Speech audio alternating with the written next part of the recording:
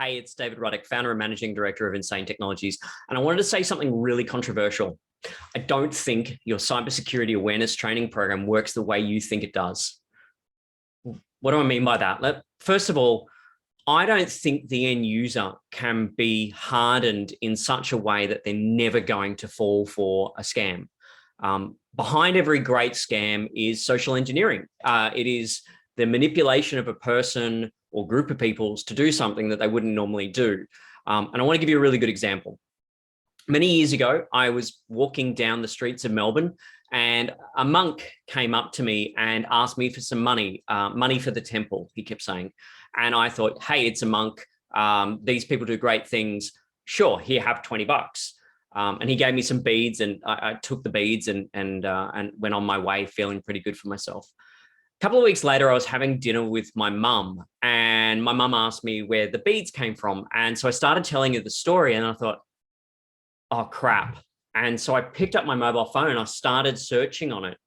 And what do you know? It's a scam. In fact, it's a major scam that affects all major cities, including places like Times Square in New York. And that's social engineering, right? Because like a monk is generally perceived as a good person. So why would you think that someone dressed in a monk costume is going to be doing something bad? Now, this is why I don't think you can actually expect that by doing some cyber awareness training, by doing phishing simulation, that suddenly your staff are going to be bulletproof, because they won't.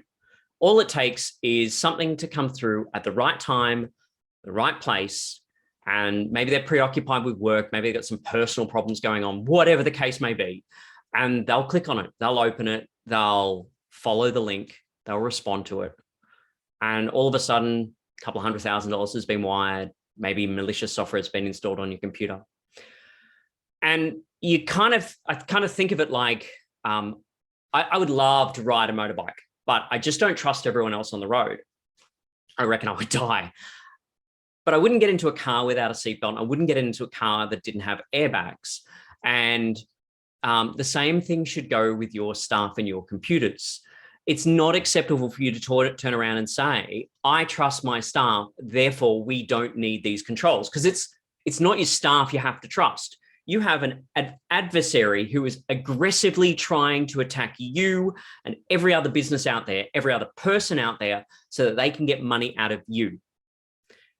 And when you've got someone who is adversarially, aggressively attacking you, you can't put all faith in your staff that they won't do something wrong, because we're human. We make mistakes, and that's totally cool. Like, it's beautiful that we are human and we are imperfect, beautifully imperfect.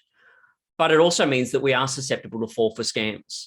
So you need to accept that you need to have cyber insurance. You need to have the right security controls in place, as like a bubble wrap, as a seatbelt, an airbag, so that if they have a day where they're just, or a moment where they're just not at the top of their game, that your business is protected. And I think cyber awareness training can help get buy-in from your staff as to why certain security controls are put in place, because they're not there to stop them from doing their job. They're there to protect your business.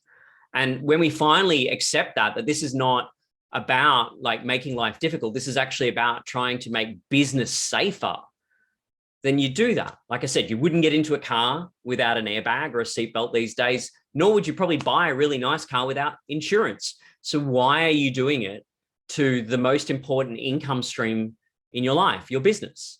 Anyway, I hope that's